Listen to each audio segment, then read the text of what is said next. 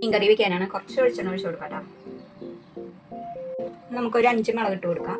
കുറച്ച് വലിയ ജീരകം ഇട്ട് കൊടുക്കണം, പെരിജീരകം. കുറച്ച് മഞ്ഞളും കൂടി ഇട്ട് കൊടുക്കാം.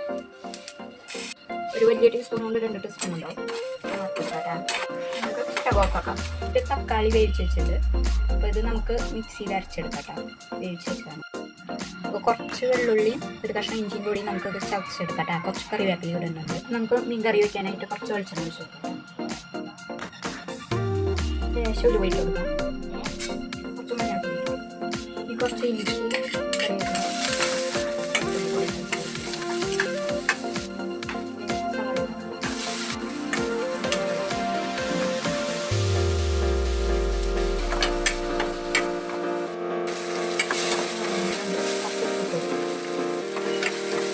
അരപ്പ് ഒഴിച്ചു കൊടുക്കാം.